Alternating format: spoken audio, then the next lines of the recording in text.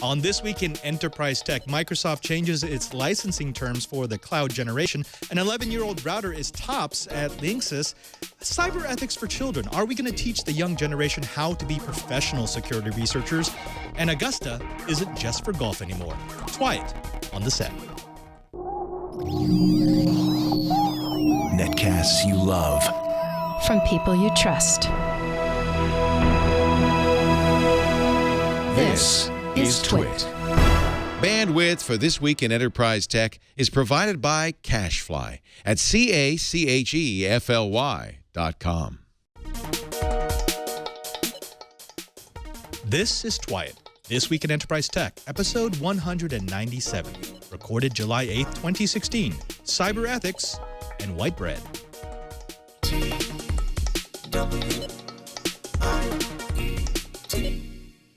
Welcome to Twit, This Week in Enterprise Tech. It's the show dedicated to the enterprise professional, the IT pro, and the geek who just wants to know how the world is connected. I'm your host, Father Robert Ballecer, the digital Jesuit, your guide to all things in the enterprise. But of course, I don't guide you by myself. I can't do that. I need my friends, my colleagues, my fellow geeks, starting with Mr. Lou MARESCA. He is a lead developer at Microsoft in their fabulous CRM department. Lou, how are you today up in the Pacific Northwest? Doing fantastic. It's great weather today and lots of stuff in the news for us, so we're doing a great day. Fantastic. And of course, I need to be joined by my good friend, the voice of Information Week, Mr. Curtis Franklin. Curtis, how are things on the right coast? Well, Padre, here in Florida, where we have a current heat index of approximately 314 degrees, things are wonderful. We're nice, hot, and humid. The algae, mold, and reptiles are all just thrilled. Well, while we wait for Curtis to be enveloped by toxic algae and to melt into a puddle of protoplasm, let's go ahead and jump straight into the blips.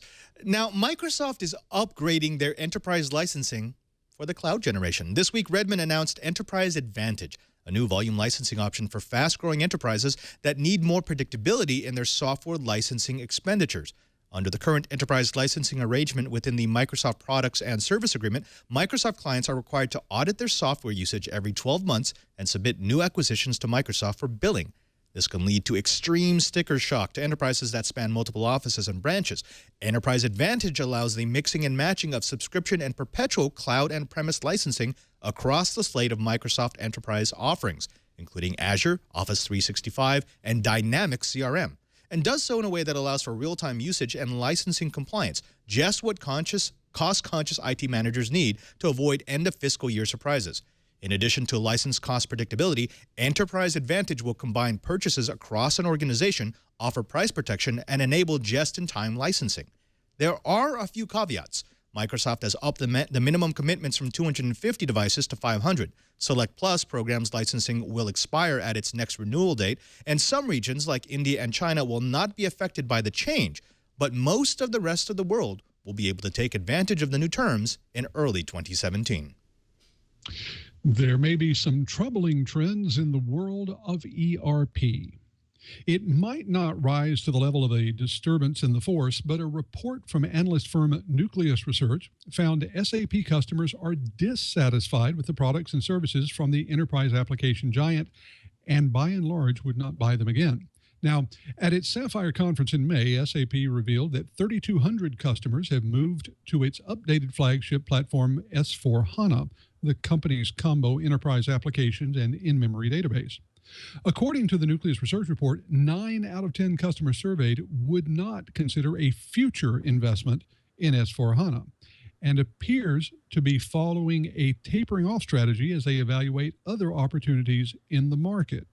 Further, the report found 6 out of 10 existing customers surveyed said they wouldn't buy SAP again. Now, when asked for comment, SAP emailed a statement that read in part, "We reject both the premise and the negative tone of the report.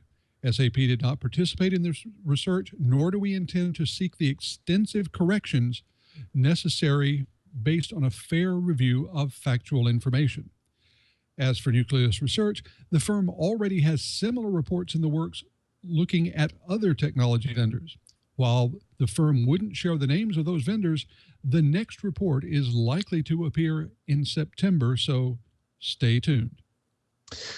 Lenovo seems to be in the news a lot with security vulnerabilities coming out of the woodwork. For this one, researcher Dmitry Olesia discovered a flaw that allowed arbitrary code execution using the Intel System Management SMM feature in processors. The exploit is able to bypass the write protection in PC's flash memory and in turn disable the Unified Extensible Firmware Interface, or Secure Boot, and Windows 10 Enterprise Credentials Guard security feature. A statement from Lenovo says, Lenovo knows about the vulnerability SSM code as provided to Lenovo by at least one of our independent BIOS vendors, IBVs. The package of the code with the SSM vulnerability was developed on top of a common code base provided to the IBV by Intel. Since Lenovo didn't develop the code themselves, they're on a hunt to find out the original author of it. Can you say quality control auditing? Now, it's been a bad 2 months for Bay Area-based Oracle. In May, they lost a $9 billion copyright infringement case that they brought against Alphabet for the latter's use of the Java function names. This week, Oracle lost a $3 billion judgment to HP Enterprise for breach of contract. The suit was first filed in 2011 when Oracle stopped supporting Intel Itanium processors in their database products. Oracle had entered into a contractual obligation with HP to support Itanium processors as long as HP, now HP Enterprise, released server-class Itanium-based products. HPE claimed that Oracle reneged on the deal in 2011 after Oracle's 2010 acquisition of Sun Microsystems made the two companies rivals in the server hardware space. Oracle stopped supporting Itanium in its new releases, pushing prospective server-class clients away from HP and towards Sun Oracle. As a result, HPE claims the HP Business Critical Systems division suffered a significant decline, essentially killing their Itanium line. Both this judgment and the Alphabet judgment will be appealed by Oracle, but with both lawsuits dragging into their 6th and 9th years respectively, Oracle seems to be running out of time. If you're fighting the cloud, you've already lost. Corporate cloud policies are expected to drift in the coming years to a place where a no cloud stance will be as rare as a no internet policy, according to a recently released Gartner report. This assessment comes as more than 30% of the world's 100 largest vendors are anticipated to shift their new software investments from cloud first to cloud only by 2019, according to Gartner. The report states that this shift to cloud only comes from cloud-first strategies applied to both private clouds and hybrid clouds. Noting that even companies with a stated no-cloud policy tend to have cloud as part of shadow IT within the organization, Gartner said that cloud will increasingly be the default option for software deployment, even for custom software, which increasingly is designed for some variation of public or private cloud. Researchers from Google Project Zero alerted Symantec about an issue with a buffer overflow causing memory corruption in their antivirus Decompose engine used by many of the Symantec security products. This isn't the first time Project Zero or Zero Day team has uncovered bugs and vulnerabilities. They are a secret team of bug hunting hackers with leads such as George Hotz, the notorious hacker who cracked AT&T's lock on the iPhone in 2007, reverse engineered PlayStation 3, and dismantled defenses on Google's Chrome's operating system. In this particular vulnerability, when the antivirus Decomposer engine goes to parse a malicious formatted file, there's corruption, memory corruption, causing in the container files, causing memory corruption and integer overflow and buffer overflow in the engine, which normally calls application level denial of service, but in this case could also result in arbitrary code execution. The engine essentially unpacks the compressed files using a version of ASPack, which triggers the buffer overflow. Most unpacking routines happen at the kernel level, which is what kind of amplifies the vulnerability. To show how easy it is to hit one of these attack vectors, an attacker could actually send an email with an enterprise distribution list to some of the recipients and could open those attachments while Symantec services are running. Although part of the vulnerability has already been fixed and patched by Symantec, the entire fix won't actually come until late July, which actually requires a manual upgrade for the software. Are you an IT hero looking to protect your enterprise? Well, if you're looking to protect those devices, those Android devices with full disk encryption, buyer beware. Security researcher Gal Benyamini demonstrated the use of two separate vulnerabilities to defeat the ARM Trust Zone on Qualcomm chipset-enabled devices. The ARM Trust Zone operates independently of the operating system and theoretically offers safe storage of the randomly generated DEK, device encryption key, which in combination with a user-generated key is used to encrypt the storage of a device. However, Benyamini discovered that the key master application that binds the DEK to the device hardware within the trusted execution environment can be accessed on Qualcomm-equipped devices, allowing an attacker to extract the DEK and perform an offline brute force attack on the password. The attack requires the exploitation of two weaknesses that were patched in January and May of this year, but unfortunately, Android being Android, as those Android updates are a crap and shoot, it has been estimated that over 50% of Android devices are vulnerable to the attack, with the vast majority of those devices never to receive the patches.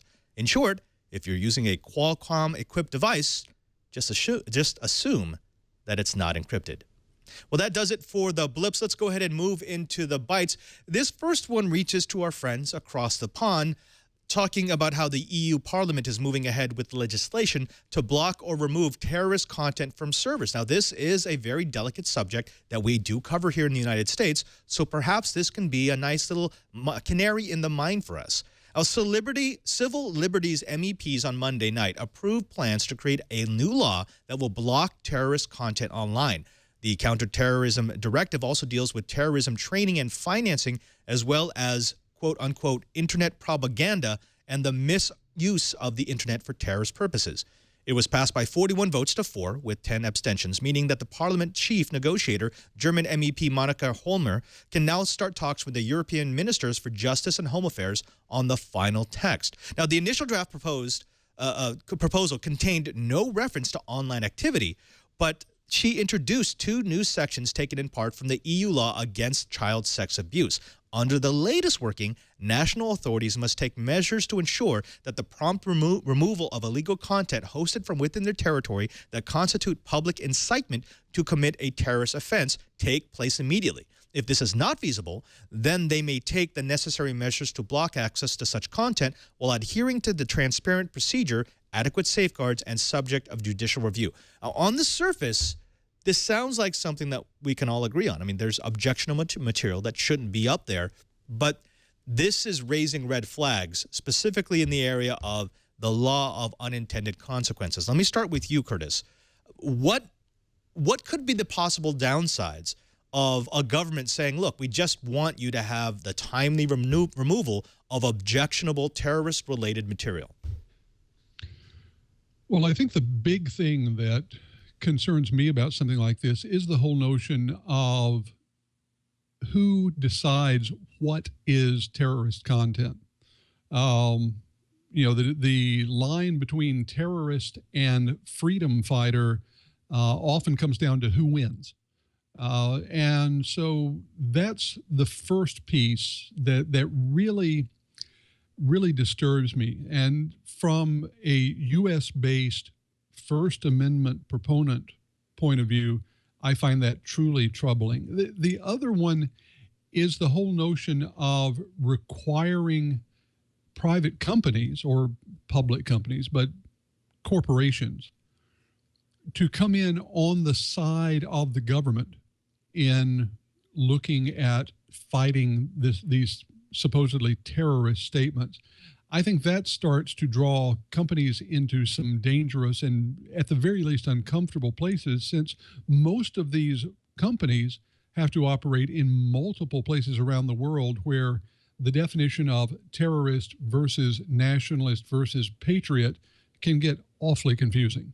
Right, right. And Lou, I want to throw over to you because something that Curtis mentioned, this idea of having that close association between private corporations and the government to do this, because you need that. You need some sort of cooperation where a government agency, a government official can go to Microsoft Europe and say, hey, on Azure, you've got this, this, and this. We need that taken down right away. From again, speaking as a representative of Microsoft, what would you see as the difficulty in doing that? I mean, I think it would be difficult for any company. I think you post something on Google, you post something on Microsoft's site, like you said, Azure somewhere, and they have to provide proof, and Microsoft has to do their own investigation. You know, these types of things will come up. And most of the time, you know, in the past, especially, companies like look at the Apple situation with the encrypted phone, right? I mean, that was potential terrorist scenario, right? And they wouldn't unlock the phone. They wouldn't give the, and this whole idea is against, like what Curt said, is it's a slippery slope. Once you start doing these types of things, you open the door, like you said, to unintended consequences. So I think this type of thing is going to be tough for any corporation to be able to kind of be part of. And, you know, companies like Google, Microsoft, Apple, all these companies are global. They have positioning in the EU, and, you know, they're going to have to go through and now deal with this process. So it should be interesting how they go about doing that.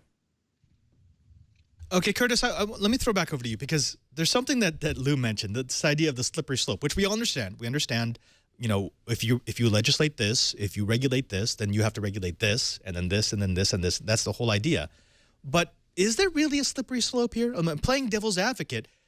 If it's content coming from a terrorist organization, if it's glamorizing the life of a terrorist, if it's inciting people to violence, there is a bright line delineation, right? I mean, I should be able to say this is terrorist content and this is not. Well, so is there a slippery slope? I think there is a slippery slope, and I want to use three very brief examples of where that slippery slope can lie. The first is in the news organization Al Jazeera. Al Jazeera is a Middle Eastern-based media company that some people have said is too closely aligned with Islamist causes. On the other hand, when they were active in the United States with Al Jazeera America, which shuttered back in the spring, they produced some very good journalism. So was Al Jazeera a terrorist organization? That's where you start getting into the organizational slippery slope. As far as the content, you talked about glamorizing terrorists. Well, if you report on a terrorist, is that glamorizing them necessarily? You know, here in the United States, we have had, unfortunately, some cases recently where someone has committed horrific violence. And there are many people who say that that individual's name should not be used on the news. That individual's photograph should not be on the news, because by merely identifying them, you glamorize them. Where is that line? It's not quite so bright. And finally, in terms of the content, I'll point to some of our child pornography laws, because I think all of us can say that child pornography is a bad thing. We should be able to attack it in every way possible. But at what point do we draw the line? We've had cases where a parent who took a photograph of their infant or toddler in the bathtub was investigated for child pornography because this was a small person who was unclothed in a photograph. Where's the bright line? So I think slippery slopes are inevitable when we get into something like this, even if we acknowledge that the motivation might be pure. Yeah, actually, that's very well said. Lou, let me throw back over to you here, because Holmeyer, in a press conference, she kind of addressed this. She said, look, and I'm quoting here, it's easy to ban something on the internet, but of course you can't ban everything. And if people use terrorist-related internet facilities, then they will be correspondingly dealt with, unquote. That is quite possibly one of the scariest sentences that came out of this article, because it sounds like she's saying, well, we don't really know what we're going to ban, but you know what? If they start using things that we think are related to terrorist activities, then we do ban them.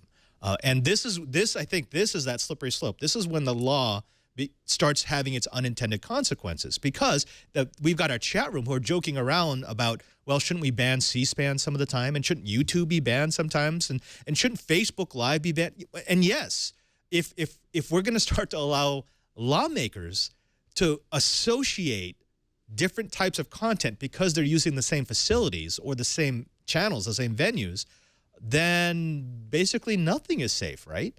I mean, I was just thinking the other night, we had a former representative of the United States Congress in his Twitter account say, Obama and the liberals, the shooting in Dallas was your fault.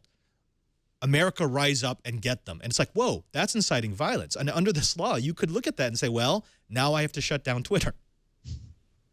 Yeah, I think Curtis said it really well. I think he already pointed out that I think when you open the door to this, basically their intentions are good here, right? They're trying to say, hey, we're trying to get rid of this content. But like you said, there's always this open policy for determining what is good and what is bad. And so at some point, somebody in that organization could use that to say, hey, I don't necessarily like the site and what they're saying, and so I'll twist it in a way where it sounds like terrorist talk, right? I think that this is the type of thing, or terrorist content. I mean, this is the type of thing that you can't get around, and the loopholes that are constantly in these types of policies. And that's why we consider it a slippery slope, is there's never clear enough jurisdiction in that area to basically say one or the other, and it's not as black and white as everyone likes it to be. So I think this case they're going to have a tough time with this type of policy. Okay, one last bit on this before we move on, because I do want to get to our guest, and this is the piece that I think is most germane to enterprises in the United States, or anywhere else where laws like this are being considered, and that's the idea of this set of laws was thought up behind closed doors, and the whole idea was to have transparency of legislation. Well, how can we have a transparency of legislation if the discussions for the forming of these laws happen behind closed doors? And we have the same thing happening in the United States. Bring up privacy policy, bring up copyright policy, bring up basically any way that the government starts to regulate what enterprises can do with the data that they receive, with the services that they offer. Should there be some sort of accountability where these meetings are done in public view? I think here in one important point, you get into a cultural difference between North America, specifically the United States, and Europe, because there's an extent to which you've just made part of the Brexit argument. I heard many people, I have friends in the UK who were upset because so many European Union regulations are made by, as they refer to it, the bureaucrats in Brussels. But there is an understanding among a lot of people who live in those areas that having people who are educated, trained to deal with these issues, deal with them, is much safer and more consistent than throwing everything out to the whims of the electorate. In the United States, we tend to have a much different view of government and bureaucracies. There is much more and an instinctive distrust of them. So I think transparency is something that those of us who are in the United States tend to want more of, while there are a lot of people who live in other places who feel that this is basically something best left to the experts because, well, they've been educated and trained to deal with it. It's a complicated set of rules because on the one hand, we can all agree that we want terrorists to not be aided by these public facilities. On the other hand, doing something about it without unnecessarily impinging upon the freedom of everyone else has proven to be almost impossible. And I think that voters, the populace, citizens, really should be involved in deciding exactly where those lines are going to be drawn in whatever jurisdiction they live. One last bit. Lou, I do want to throw this over to you because, again, Curtis sparked something. And that is this difference between Europe and the United States, specifically in how we look at government and corporations. And this has been something that's been brought up several times across the Twit network. And that is, in the United States, for whatever reason, for the history of the people, we tend to trust corporations and distrust the government. But in Europe, they tend to distrust corporations and trust the government. And so is this actually an analog? I mean, can we look at the story and bring over pieces to our legislative process when there is such a deep disconnect between the ways we look at the entities that we trust?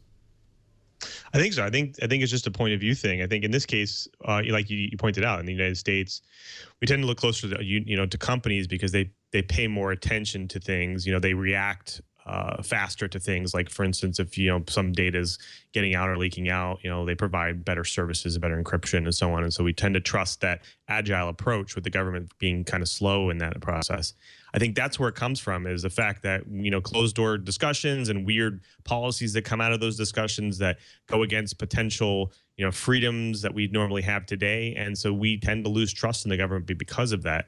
And, I don't live in the EU, so I don't know from that point of view of why they trust the government more versus corporations in that case. I can't imagine the gap being that big of a difference, though, because of the, most governments, doesn't matter where you are, they're just slow in reaction, especially to technology today. So I think it all depends. I guess it's all depending on point of view in that case. All right, let's move on to something that's a little less contentious. It's more surprising, and hopefully this brings the OG hardcore geeks a little smile to their faces. Now, when we think about the routers that are supporting branches, supporting small offices, home offices, we tend to look at some of the newer products. There's some fantastic ones from Asus and from Acer, and actually even Synology has gotten in on the medium-range router game.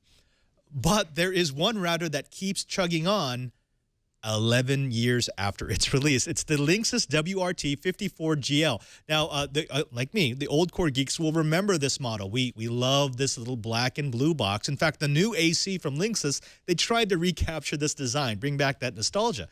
It's amazing to think, but this is still a bestseller for Linksys. Linksys Global Product Manager Vince DeLuca says that he's baffled as to why that 11-year-old model is still one of their bestsellers. He goes on to say that they'll continue to build it. That's right, they're still building it. It's not just existing stock, and sell them as long as consumers buy it and component manufacturers make the pieces that go into it.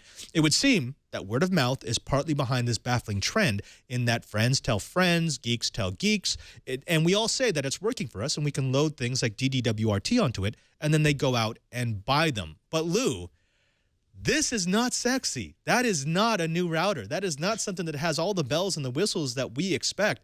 How in the world is this still popular? This subject is near and dear to my heart because I think companies are just completely clueless when it comes to this type of thing. You see a lot of different products that come out. The makers, if you create an ecosystem for these products, and maybe not necessarily the original intention of the product, but you make it open for people to make customizations and to add to its functionality, to add to its value, it tends to create an ecosystem. And I think that's where this product came in. It's created this massive ecosystem where people can turn now a $9 unit that you can find in a thrift store into a $500-600 type router unit because of the way you can customize the firmware, add hardware and modules onto it, add memory and so on. And it becomes something that people like to do. They feel like they're getting value out of it because just with a little extra effort, they make it be more valuable. And I think that's with anything. I think that's why I hate closed operating systems like iOS and Windows 8 and Windows 10 universal apps. They're kind of a closed ecosystem because they don't allow you to do the things that you can do at the operating system level where you can add hardware and add different modules and do different things, right? And this is a perfect example of that. And I don't get the comment of why they don't know why people like it. It's just baffling to me. And I get that. I think your comments about value are spot on. As consumers or geeks, we love it when we think we've bought something and it's worth way more than what we bought it for. And that's what you get when you load DDWRT onto a compatible router. And the WRT series from Linksys has, let's be honest, it's been the best with DDWRT. It's been the most stable, the most secure, and there are so many things that you can do with it. I had a stack of these, and I was using one for a captive portal. I had one that was like an early Internet of Things device. I had hacked a serial port into it so I could take measurements from real-world sensors. But Curtis, let me throw this over to you. When we look at the hardware that's actually included, it's not that it's not 802.11ac. It's that it doesn't even have 5 gigahertz. This is a 2.4 gigahertz device only, and even then it only has 802.11g. Doesn't even include N. So why would it still be popular? Well, I think the reason that it's popular is that this particular wireless access point has become the Raspberry Pi of Wi-Fi. We've been talking about the ecosystem. We've been talking about the hackability. Everything that we've been saying applies directly to the Raspberry Pi. And look at the Pi. It's not a particularly fast Linux server, but it's fast enough. This is not a particularly fast wireless access point by today's standards, but for most of what people do on a wireless network, it's fast enough. And so you put those together and it's just hit a sweet spot. It's known, it's hackable, it's fast enough, and it's cheap.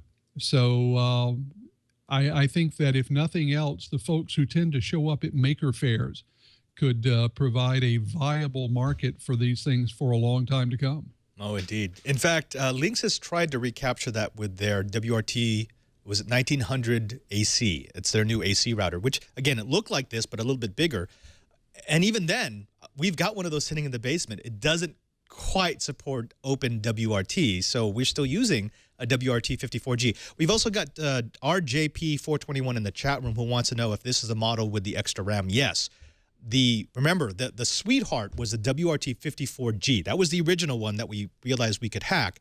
And then Linksys released the GL, which was just the G with additional memory so you could load more Linux packages onto it.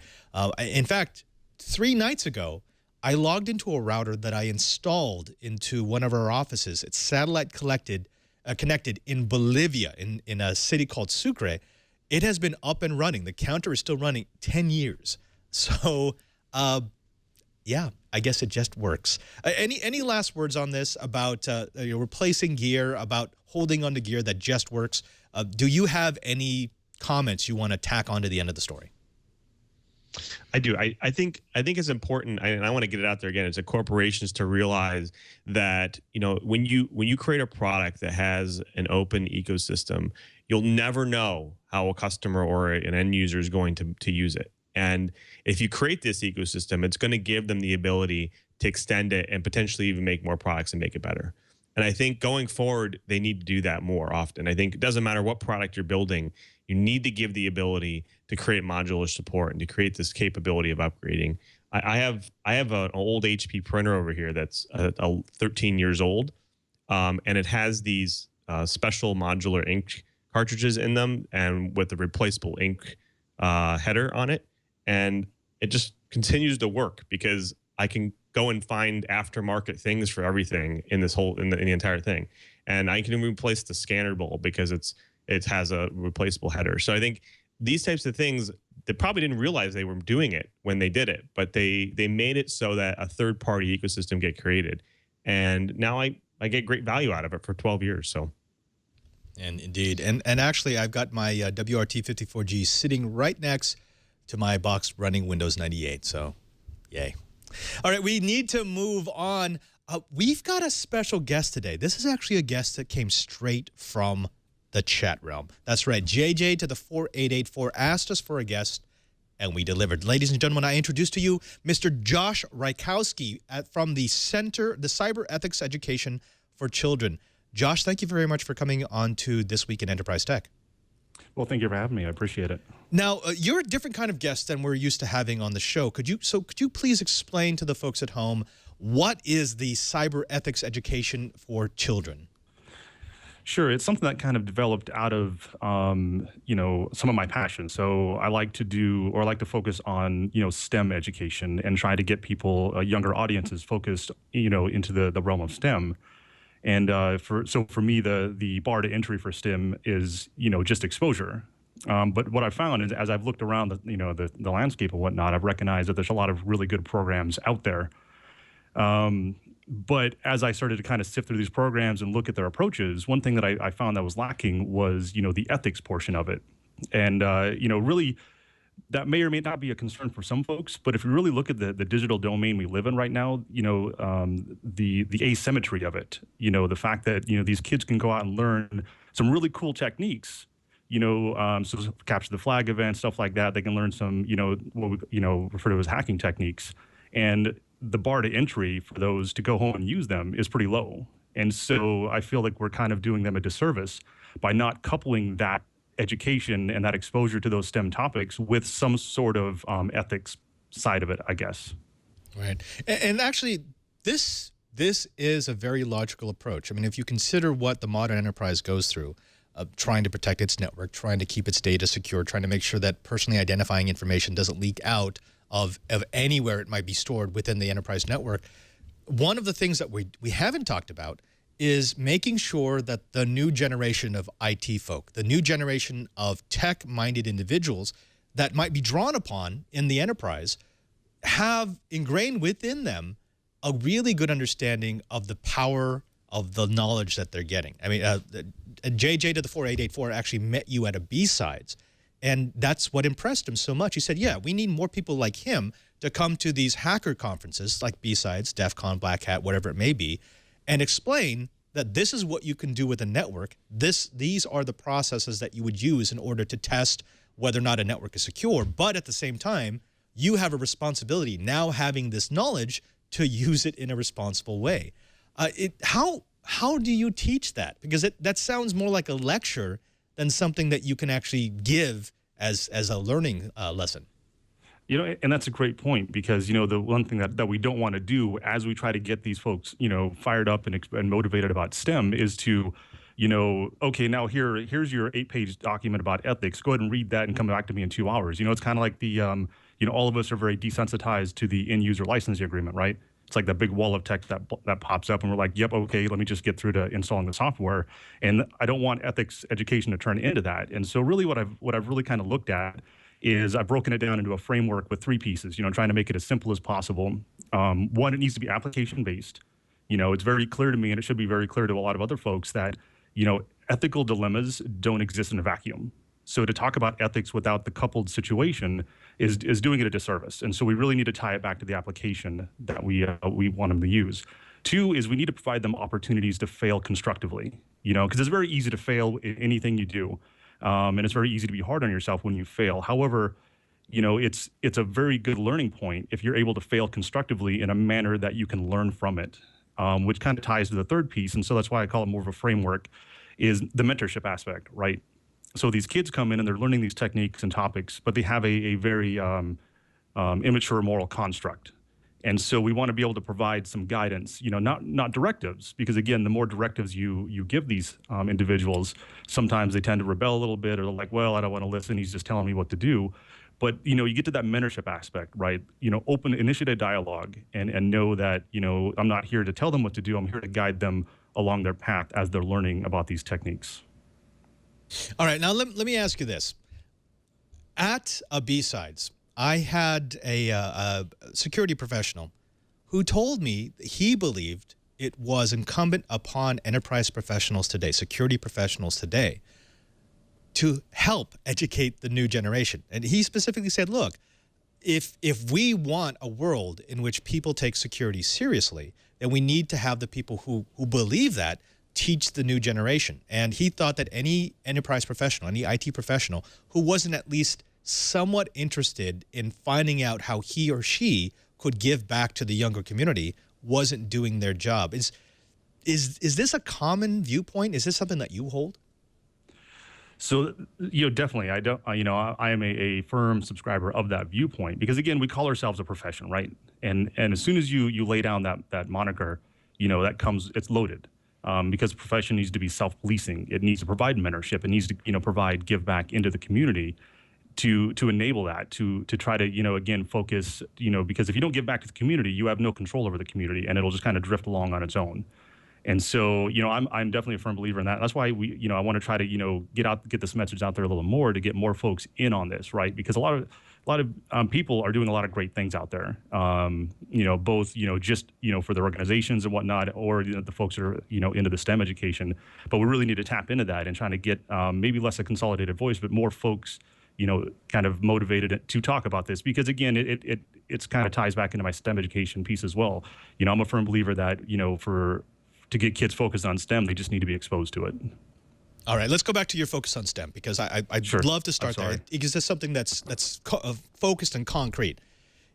In your STEM curriculum, what approaches would you take to both give students, say, networking knowledge? Let's say you're teaching them how to do port scans.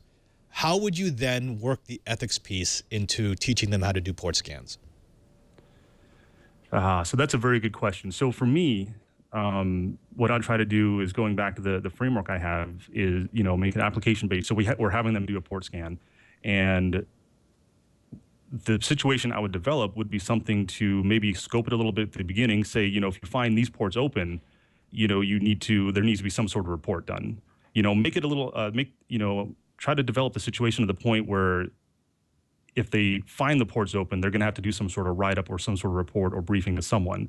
So then they have to make their own mind up. Like, okay, well, I only found one system that had this one port open, even though it's on the port list that I shouldn't have open. It's the end of the day. Should I or should I not report it? And I would kind of leave it up to them to make that decision. It's interesting because last year at Black Hat, we had Zimperium Group. We did an interview with them at Black Hat because they were the ones who found stage fright, the Android vulnerability. And it was interesting during the interview because I asked them about that. I said, look, this is something that is going to persist in the Android ecosystem for years. Way after the final patch has gone out, there's still going to be so many devices, millions of devices out there, hundreds of millions of devices that will be vulnerable to this. This could have been a vulnerability that you could have sold for 6-7 figures. And instead, you gave it to Google for a bounty. It was like $1,337, leet in leet speak. And when I asked them about why they would do that, they were kind of shocked. They said, well, that's what you do. You're a security professional. You have ethics about this. You don't release something like this into the wild without going through the proper channels. I was incredibly moved by that. I thought, okay, this is working. And yet, to individuals who may not be part of a group like that ascribes to being professional, that isn't something you give to the security community. That's a payday. So how do you convince a young person who might be heading down that path to say, I'm going to do the responsible thing, even if it costs me millions of dollars? Wow. Yeah, that's, again, definitely a good situation to focus on. And that's what makes cyber ethics education difficult, right? Because as we present situations to the individuals, it's hard to make it not seem like a contrived situation. Like that, you add the money aspect to it. And unless you have a big bag of cash sitting in front of you, it's hard to feel that pressure, right?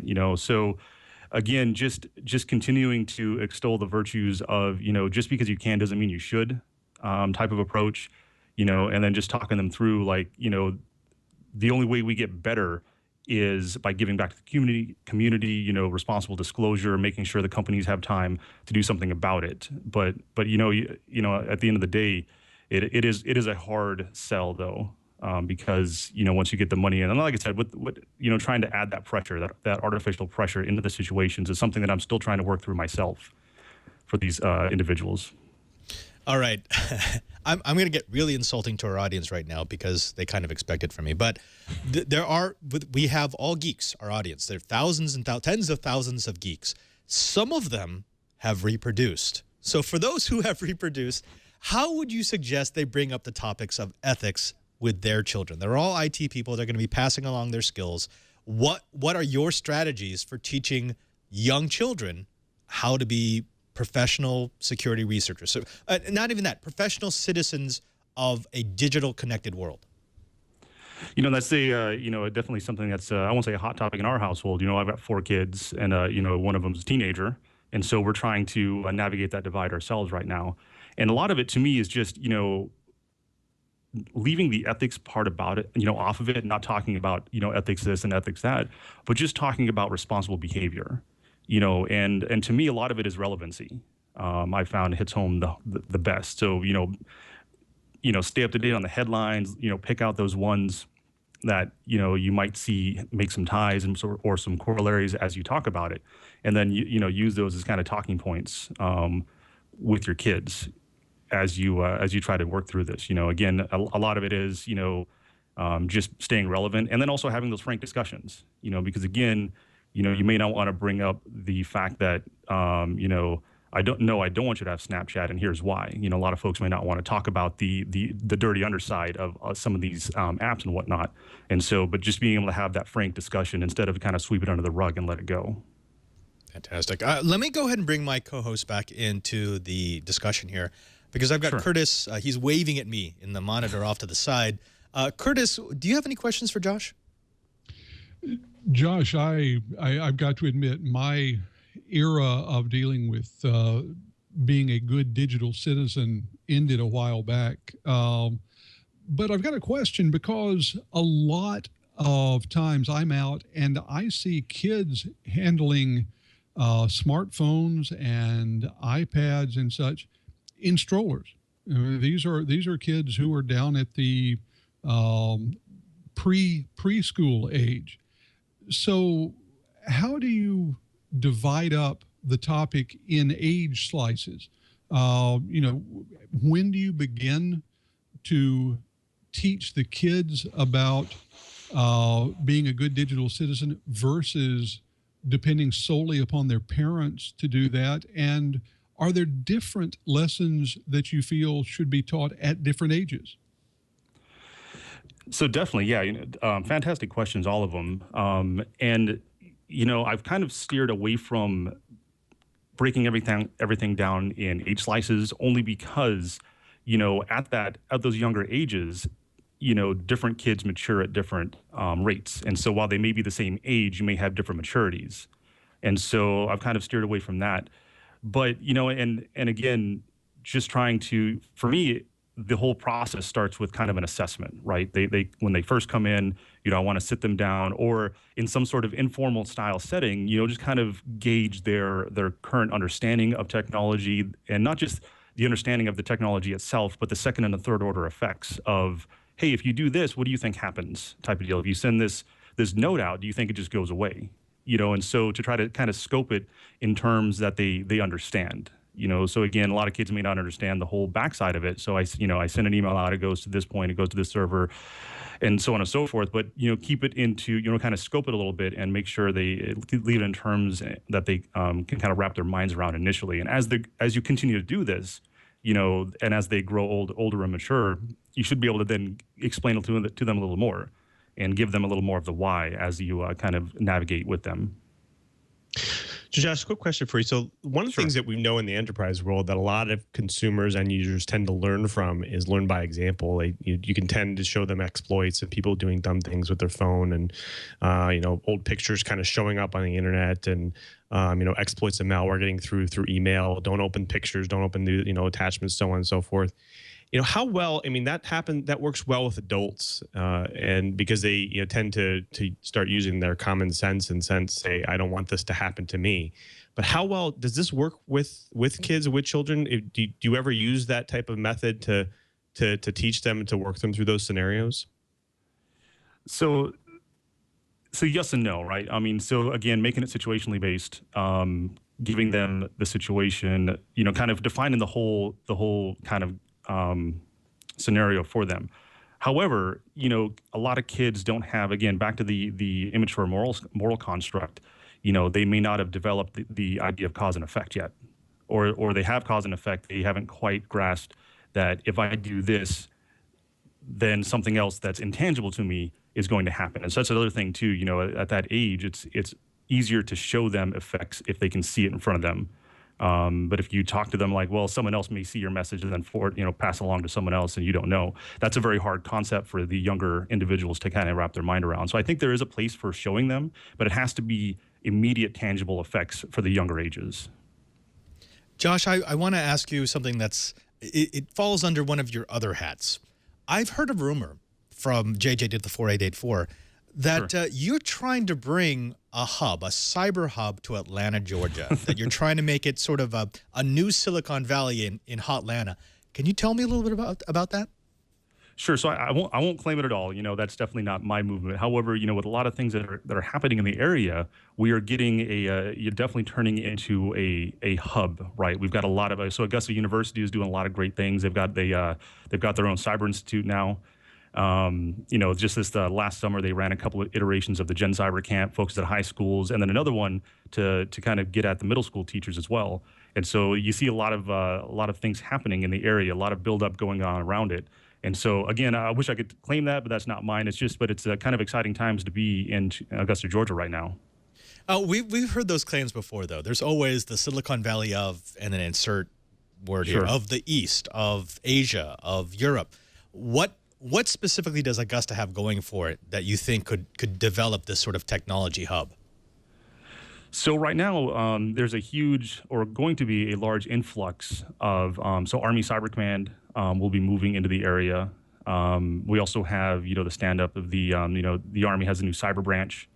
And so we're really getting after, the cyber issues and whatnot for the Army enterprise. And so that's all been kind of stood up at Fort Gordon, which is located right there at Augusta. So that's starting to bring a lot of this in as well.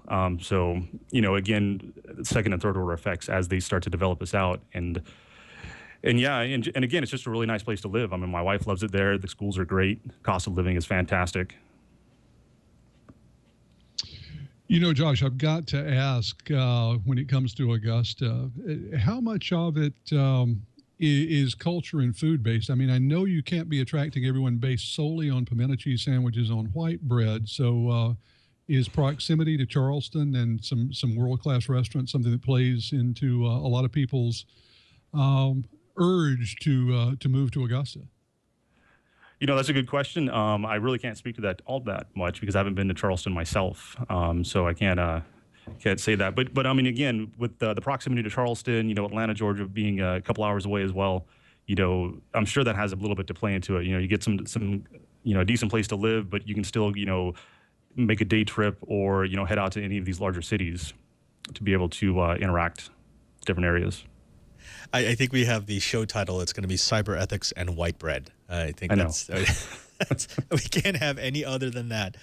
Josh, any last words? I want you to leave our audience with, a little bit of wisdom, something that they can walk away from this episode understanding. If they're IT professionals, if they're IT professionals in training, if they're young people looking to get into IT, into security research, what would you like them to think about as they move through their career?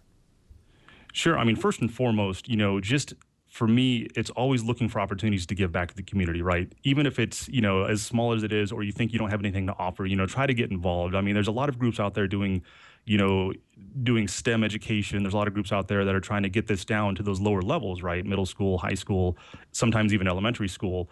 And they need volunteers. They need technical experts to go down to those and talk. And oftentimes it's maybe you're not even teaching. Maybe you're just talking about experiences that you have.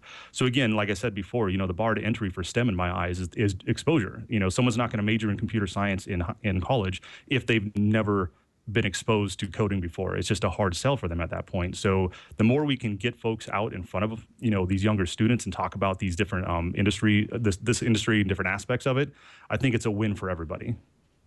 Fantastic. Well, folks, you've done it again. You've used up another hour listening to the best dang enterprise podcast in the universe. That's according to 9 out of 10 researchers in Augusta. I want to thank our panel for being here, especially to you, Josh. Josh Rykowski from Cyber Ethics Education for Children. Could you please tell the folks at home where they can find you, where they can find your work, and pretty much use this time to expose anything you want the Twiat Riot to know about? Sure. So this is still a work in progress, so I don't have it posted anywhere. But if you are interested in kind of getting involved or working through it, at Ryko212 for my Twitter handle, Ryko212@gmail.com for my email. If you want to try to give into the provide into the project as well. Between that, we also run a programming competition website. So again, trying to get people motivated on coding. Codewars.ninja. That's Code Wars with a Z. So again, we're just trying to take various approaches to getting folks excited about STEM. Again, that's Josh Rykowski. We thank you very much for being on This Week in Enterprise Tech. Thank you. I also need to thank my co-hosts. I wouldn't want to do this show without them. They bring the skill, the experience, and the passion to Twiat. Let's start with you, Curtis. I know that you're on Information Week Radio. I know you have a couple of big events coming up. What can they expect to hear if they headed over to your site? Well, we've actually got something pretty big that we're working on now at Information Week Radio. Many people know that the company that owns Information Week, UBM, also owns Interop. And we're working with Interop to make the Interop community, the Interop experience, a year-round thing rather than simply something that happens once a year. So starting in August, we're going to be cranking up Interop radio at Information Week, looking at a revolving series of topics that address many of the things that you can go and learn more about once Interop rolls around again in 2017. So I'm excited about that. We're in the planning stages, starting to put things together, and lots of exciting stuff coming up to keep the summer even hotter at Information Week.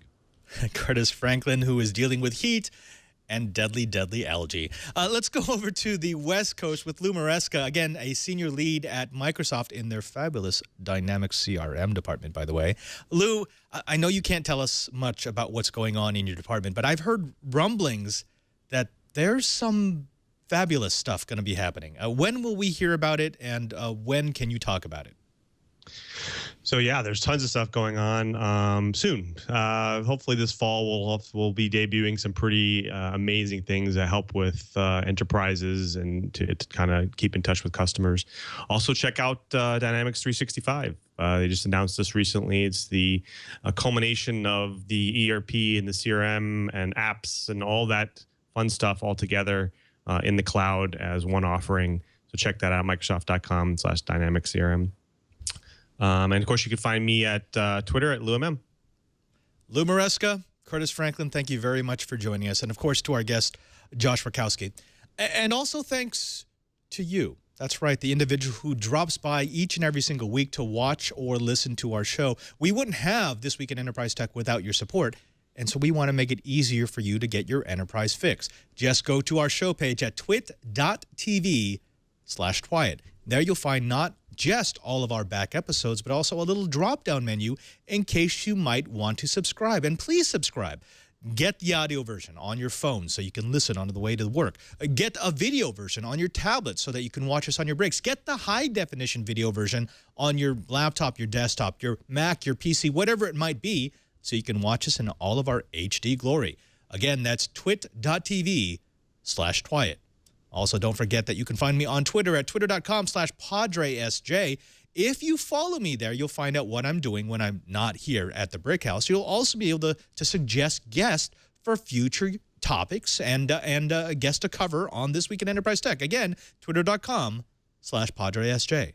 Also, don't forget that we do this show every Friday live, 1:30 p.m. Pacific time, live.twit.tv. If you join us, you can see the pre-show, the post-show, and everything in between. And as long as you're joining us live, why not jump into our live chat room at irc.twit.tv. There's a community of die-hard twits in there who ask questions. And I can see you on a little screen right below my camera. So if you want to inject your wisdom, your comments, your questions into the show, again, that's irc.twit.tv.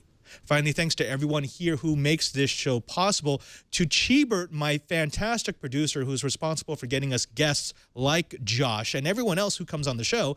And, of course, to Kevin, my TD. Kevin, I'm not sure if you have a camera on yourself, but could you please tell the folks what it is that you do at Twit? I eat snacks, drink coffee, and edit sometimes. Absolutely riveting. Riveting, Kevin. Thank you very much. But, of course, it's time for our weekly segment of Stump Kevin. So, Kevin, for your question, name my Russian chauffeur. I don't even know. Is it an Uber driver? Oh, no, I'm sorry. The answer was pick up and drop off. My bad. Maybe next week, Kevin.